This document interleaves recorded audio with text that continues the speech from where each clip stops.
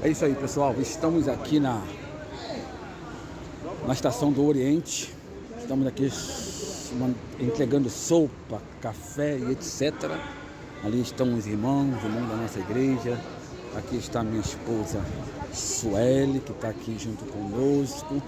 A sopinha está quentinha. Estamos aqui, missionária Sueli. Todo mundo está aqui. Deus tem nos abençoado. Aí você pode estar, fica ele algo importante você. Por isso levanta e exalta ao Senhor.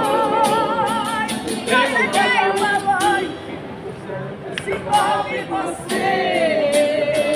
Você tem uma voz, e o Espírito Santo se envolve em você.